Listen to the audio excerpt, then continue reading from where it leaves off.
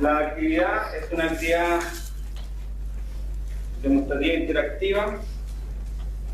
La primera hoja es la que tienen que completar ahora. Son, si miran en la segunda página, son 3 demostraciones. La primera hoja es individual, es decir, cada quien pone lo que le parece que va a ocurrir. La segunda página es grupal y ambas son antes de ver el experimento. Por eso se llaman predicciones. Y en cambio la tercera es para que ustedes se queden con registro de lo que va a pasar. Entonces, la primera predicción dice que se deja caer desde cierta altura h una bolita metálica A, y luego desde la misma altura h una bolita metálica imantada. Una está imantada y la otra no. Aquí pareciera que estuvieran las dos, pero es solo una la que está imantada. ¿Cómo lo puedo ver? Bueno, con un metal, con otro metal. Si pongo la bolita cerca del cobre, el cobre siente la bolita imantada, ¿o no? ¿Se pega la bolita imantada al cobre, no? No.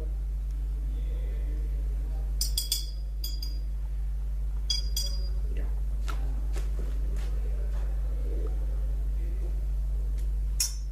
Esa no se pega.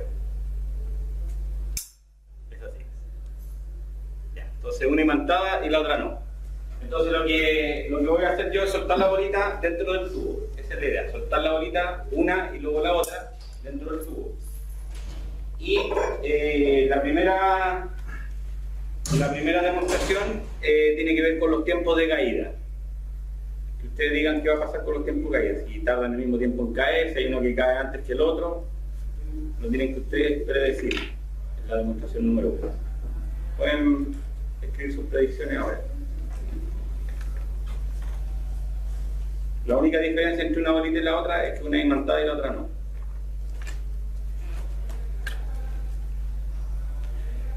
No traje la de PVC.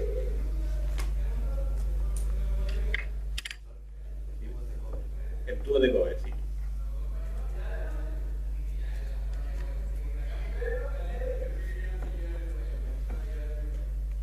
¿No entiendes más?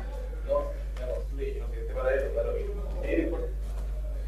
Está acá, ya estás casado con él, con la otra.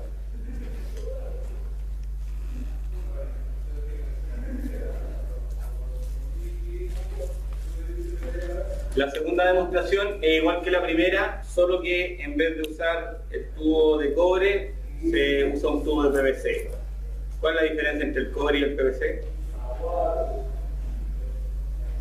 La principal diferencia que uno podría nombrar en este contexto, El cobre es conductor.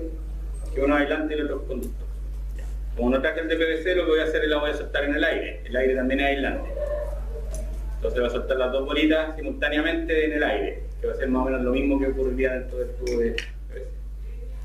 Y entonces la segunda demostración se pide desde el punto de vista cinemático, es decir, cómo son la caída de las bolitas y cómo son los tiempos. O sea que básicamente la demostración 1 y 2 son idénticas, excepto que cambia el material del tubo. Pero la 1 no dice nada, porque la 3 dice... Ah, claro, en la 3 se van a soltar aire, PVC y cobre.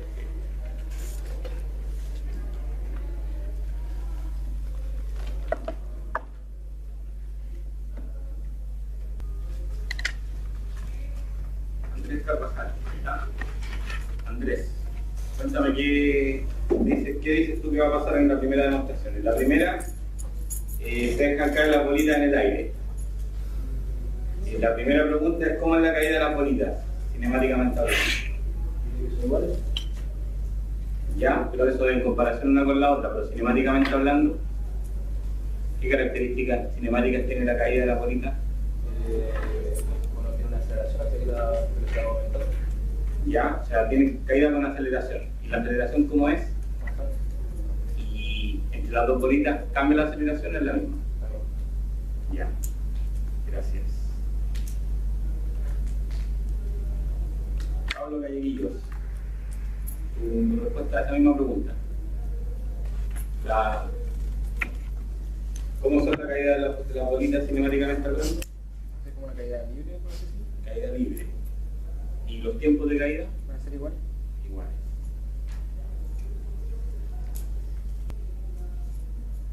Javier Mella, la misma pregunta. ¿Cómo dices tú? ¿Qué dices tú? ¿Cómo hacer la caída? Vale, caída libre a tiempo igual. Caída libre, tiempo igual. Ya. Veamos. No, primero vamos con la otra porque vamos a hacerlo. Parece que no hay mucha diferencia de opinión acá. Vamos a ver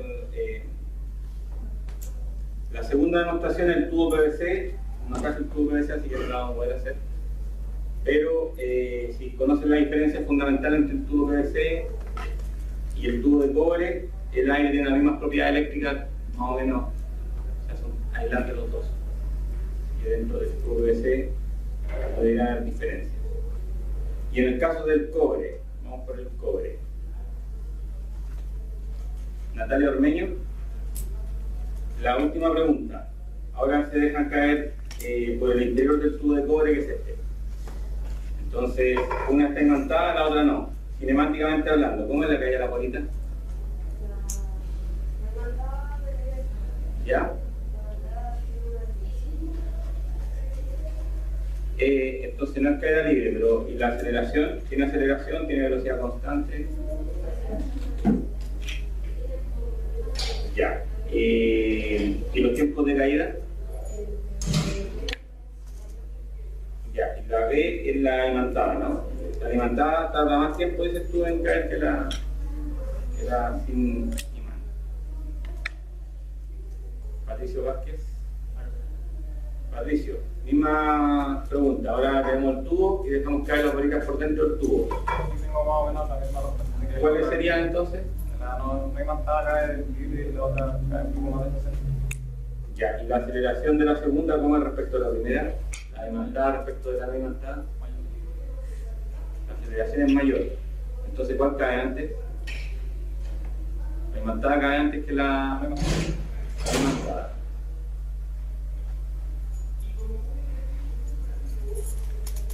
Franco Gassi. ¿Gassi o Gassi? Gracias. No, yo comparto con eso, pero creo que podría no ser claro que sea una caída anticipada. Ya. Podría darse cualquiera de las dos opciones dependiendo del tipo de carga. ¿Las dos caen en caída libre? ¿Dices tú? No, o sea, obviamente la que tiene magnetismo se va a ver perturbada. Ya. Entonces va a cambiar, pero no necesariamente va a caer después. Podría caer, o sea, antes. Podría caer después. Ya.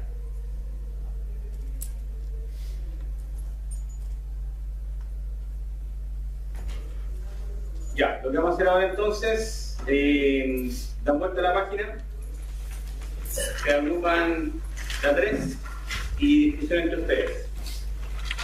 Lo voy a hacer luego primero. Entonces, de mi izquierda a mi derecha, 1, 2, 3, 1, 2, 3 y se juntan. Y se redistribuyen de forma tal que en todo el grupo, excepto en el último que también quedan 2, queden grupos de 3. Excepto acá, aquí 2, acá, ahí 3, ahí algunos le conformamos con ellos, ahí 3 y 2 grupos de 2. Ya, ahora dan vuelta a la página y lo mismo. Lo que tienen que hacer ahora es discutir entre ustedes qué es lo que va a pasar en cada una de las circunstancias. Y después de terminada la discusión, cuando ya tengan cerrada la discusión, cada quien responde en la hoja lo que crea que va a ocurrir. No es absolutamente necesario que te lleguen a consenso. Que cada uno argumente y después ven si cambian de opinión, dejan registrado su cambio de opinión. Ya, cuando hayan terminado su discusión y hayan registrado su respuesta, me entregan la primera hoja. La primera hoja me la tienen que entregar. Una vez que hayan ya terminado la discusión, pueden haber o no haber cambiado de opinión. Pueden haber cambiado o no de opinión, o puede que ahora tengan no habiendo cambiado de opinión, tengan una respuesta más completa que en la primera fase. Eso tiene que quedar registrado. Ya, respecto a la primera demostración, la bolita cayendo de la misma altura en el aire. De acuerdo a lo que vi en sus hojas, prácticamente todos dicen que caen al mismo tiempo y cinemáticamente la caída es similar.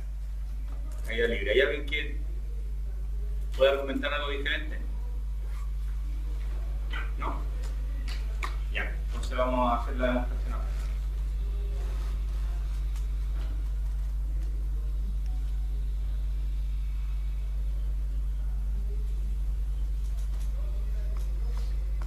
La hoja que les queda es para que registren, si es que ustedes quieren, lo que ocurre. Si no quieren ocupar la hoja, no están obligados. Para el proceso de ver y de escribir hay un proceso cognitivo, así que yo les sugiero que anoten de todas formas lo que ocurre, independiente que después lo van a recordar.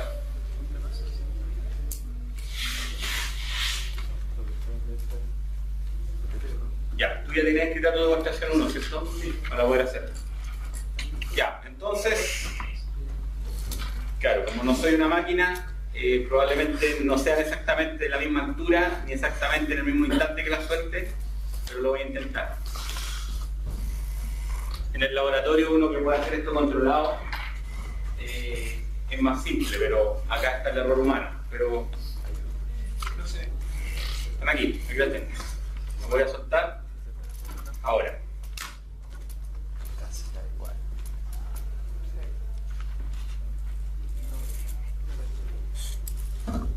Todos vieron, ¿no?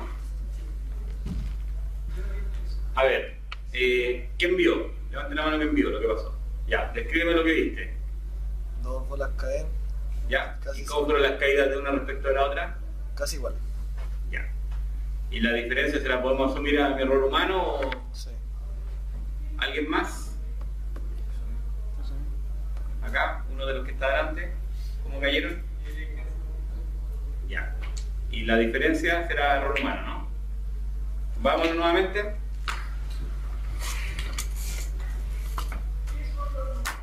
Sí.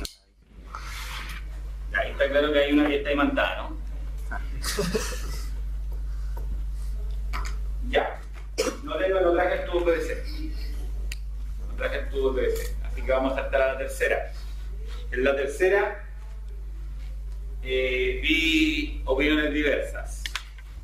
Creo que esta es la no imantada, vamos a estar seguros. Sí, esa es la no imantada. Ya. ¿Quiénes decían, levanten la mano, que cae primero la que está no imantada? Levanten la mano. Ya, abajo la mano y levanten entonces los que dicen que va a caer primero la que está imantada. Ya, ¿solo ustedes tres? ¿Nadie más? Yo creo que había más manos abajo recién. Yo no decidí. Tú no decidiste por ninguna de las dos. Ya, ¿quiénes cambiaron de opinión en la discusión? ¿Hubo alguien que haya cambiado de opinión? ¿Tú qué decías antes? Que sí, bueno, no sentí que la interacción era... Ya, ¿y por qué cambiaste de opinión? Estuvimos hablando un poco de las correctas que se podrían inducir por la variación de... Ya. ¿Alguien más que haya cambiado de opinión? ¿Tú cambiaste de opinión y qué decías antes que iba a pasar? Que la imantada caía primero que la... ¿Y ahora dices qué? Ya, o sea, lo opuesto. ¿Y qué te hizo cambiar de opinión? No, que como ven al lado, dice que igual se puede ir frenando. O a pesar de que voy acelerando, quizás al final ya va a intentar volver. Ya. ¿Alguien más? ¿Alguien más que haya cambiado de opinión? ¿O alguien que su respuesta en la segunda parte después de la discusión sea muy diferente que la primera? ¿Alguien que tenga una opinión muy diferente? Ya. Entonces procedamos y veamos. Tenemos una cámara ahí, pero si uno graba con una cámara con muchos frames por segundo, que se puede hacer en el laboratorio, uno puede medir el tiempo exacto de cuando entra a cuando sale. Aquí lo vamos a hacer a ojo. Pero con la cámara uno podría, porque claro, cuando uno está con el cronómetro, cuando uno lo hace a mano, está la diferencia entre que uno ve y el cerebro manda la señal a la mano para que apriete, el tiempo de reacción. En cambio, con una cámara que es objetiva, uno podría hacer esa medición y ver cuánto es el tiempo que... Ahora, ¿ustedes creen que el tiempo es muy diferente o son más o menos parecidos? ¿Son casi iguales? ¿El resto? Diferente, pero... Ya, para este tubo en particular, ¿cuánto medirá? ¿50 centímetros este? ¿50 centímetros más o menos? Para este tubo en particular, ¿se notará mucho la diferencia en los tiempos? No. Depende de la carga. ¿Cargado qué cosa? El tubo tiene carga neutra, ¿no? ¿Tenemos duda que el tubo tenga carga neutra? ¿Y la bolita tiene carga o no tiene carga? ¿El tubo podría cargarse eventualmente? Es que se le corre. A ver, en un conductor, cuando uno acerca un imán, por ejemplo, a un conductor, las cargas se pueden mover dentro del conductor, pero la carga neta, ¿cambia o no cambia? Las cargas se pueden redistribuir dentro de un conductor por el solo hecho de que el conductor tiene la particularidad que no se pone el movimiento de las cargas, entonces dentro del material se pueden mover las cargas, pero la carga no va a cambiar. La polarización ocurre con los aislantes. Ocurre con los aislantes. Ya, entonces esta era la no imantada. Vamos de nuevo para que no vean que la cambié, porque siempre puedo hacer trampa, ¿no? Es la misma, la acabo de golpear ahí y la vamos a dejar caer. Entonces la caída no debería ser muy diferente. No debería ser muy diferente que lo que ocurre cuando la dejo caer en el aire, ¿no? No debería ser, excepto que tope, que la deje caer mal y que vaya chocando en las paredes, no debería haber gran diferencia. Veamos qué pasa con la imantada. Necesito un voluntario o voluntaria. Voluntario o voluntaria. Primera fila.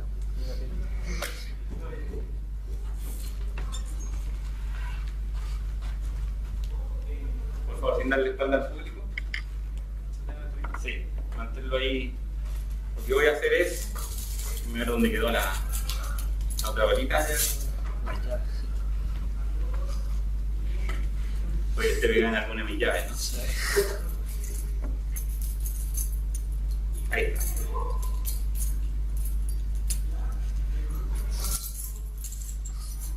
Bueno, en realidad tiene pegamento y es una bonita igual que la otra.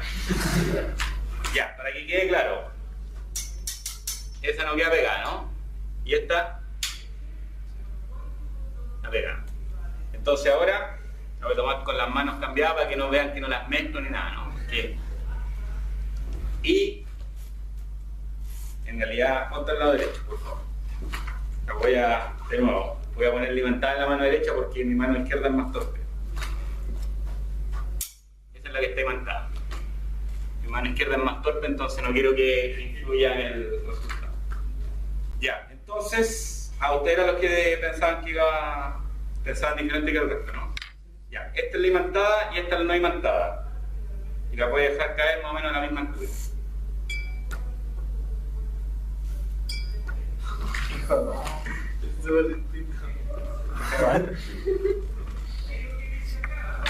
De nuevo, la imantada. Para que no quede duda. La saco con la mano derecha. Nada por aquí, nada por allá. La manga. No tengo manga. Voy a sacar una baraja de cartas de la boca ahora. Ya. La voy a soltar más o menos al mismo tiempo.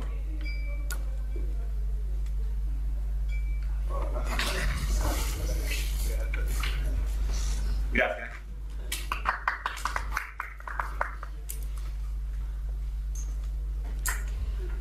Ya. ¿Explicaciones del fenómeno? ¿Alguien tiene alguna explicación? Pueden ir anotando ahí en la respuesta que es lo que ocurrió, ¿no? En realidad aquí no tenemos forma, aquí en el aula no tenemos forma de medir la rapidez de caída, pero con un instrumento uno podría poner un instrumento abajo, por ejemplo que haga algo como Doppler, como las pistolas de los carabineros, y medir con qué velocidad cae. Más o menos cae con velocidad constante. No en toda la caída, pero sí gran parte de la caída cae con velocidad constante. ¿Hay cambio en la trayectoria? Depende, es que ahí entra en juego el factor humano.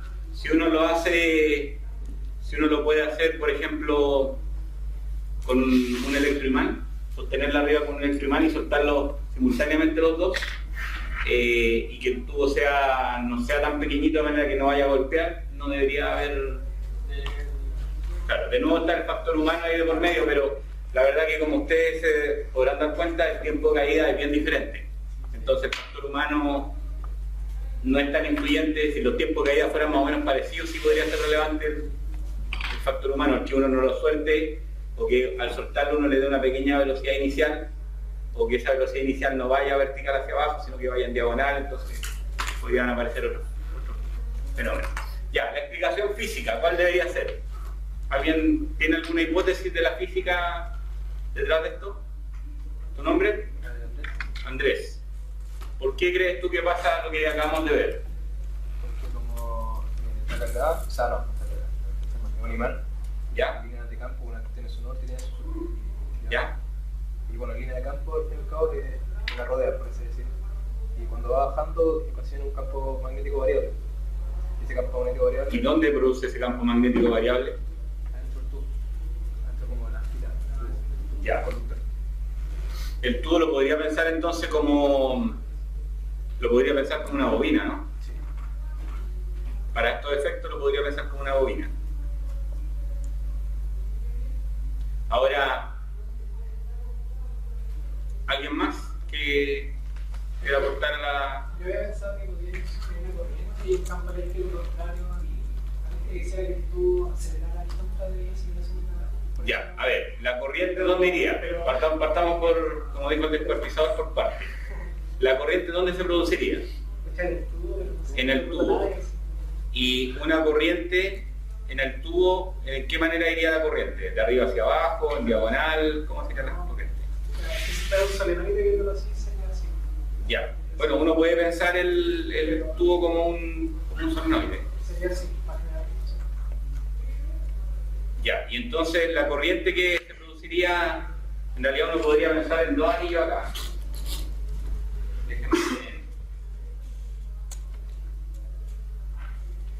un momento que voy a proyectar una imagen. Creo que tengo alguna imagen aquí que podría ser útil para eso.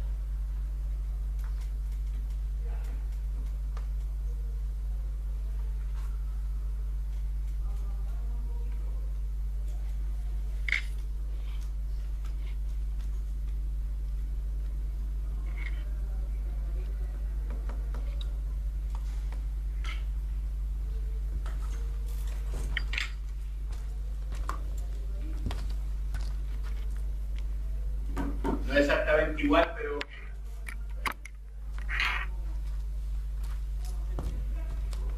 no es exactamente igual, pero más o menos. Más o menos. Entonces, tengo la situación esta, ¿no? Lo van a ver, pero un segundo. Abrí en esta pantalla, así que denme un momento.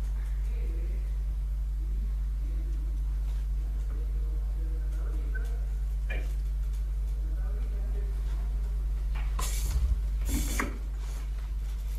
Bueno, la situación es esa, ¿no?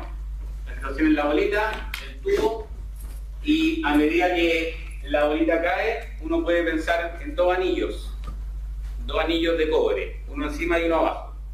En realidad hay más anillos, unos van a estar más cerca y otros van a estar más lejos, pero basta que uno considere dos y después el efecto lo replica y lo suma n veces, ¿no? Esa parte supongo que la tienen, ¿no? El hecho de que uno puede dividir el problema en problemas pequeñitos y después superponer la solución, ¿no? Entonces, en esa condición, con ese imán, ¿cómo serían las corrientes que decías tú? ¿Cuál era tu nombre? ¿Me olvidó? Con Y, ¿no? Sí. Ya. ¿Cómo serían las corrientes ahí? Bueno, el campo así. Claro, el campo, la línea, ¿de dónde salen y a dónde entran? Ya, entonces esto sería en línea así, ¿no? Cerrada de norte a sur.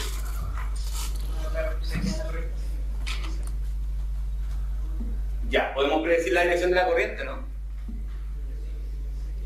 Si esto, ponemos que esto de abajo y esto de arriba, el imán se va moviendo hacia abajo, ¿no?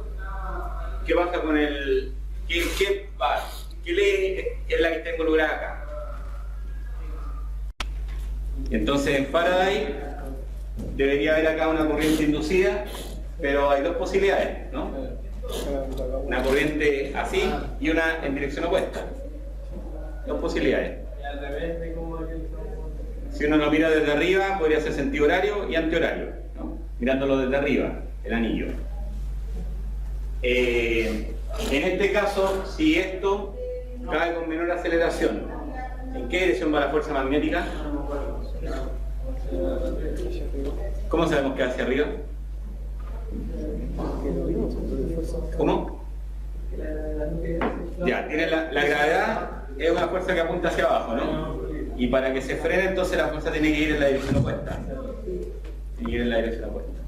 Y entonces, sabiendo eso, uno puede saber qué dirección va la corriente, ¿no? Que el electroimán que se produce acá, ¿qué polo tiene acá? En la parte inferior. ¿Norte o sur? El electroimán que se produce, la corriente circulando por un campo magnético, ¿no? Eso se llama electroimán. El electroimán, ¿qué polaridad tiene acá? ¿Sería arriba norte y abajo sur o arriba sur y abajo norte?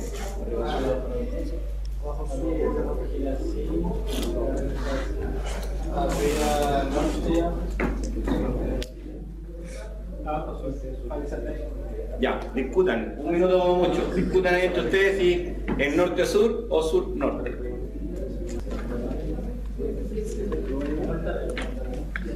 No, la pregunta es, trabajando así, ¿cómo llegar a la polaridad del imán como estuvo? Ya, entonces, levanten la mano los que dicen que arriba es un norte y abajo un sur. Levanten la mano. Abajo. Levanten la mano los que dicen lo opuesto. ¿Por qué debe haber un norte arriba y un sur acá? Que si no sería más rápido. Porque la fuerza tiene que ir hacia arriba, ¿no? ¿Y si yo considero el anillo acá abajo? ¿Cómo es la polaridad del anillo que está acá abajo? Igual. ¿Cómo lo sabemos?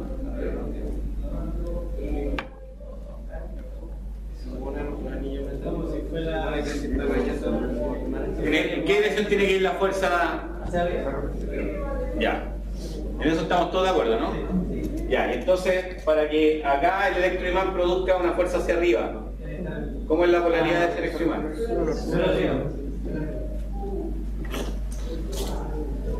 Frenado magnético se llama este fenómeno. Bueno, es inducción electromagnética, está claro eso, ¿no? Inducción electromagnética. Pero esto se llama freno magnético. Los vehículos eléctricos usan frenado magnético.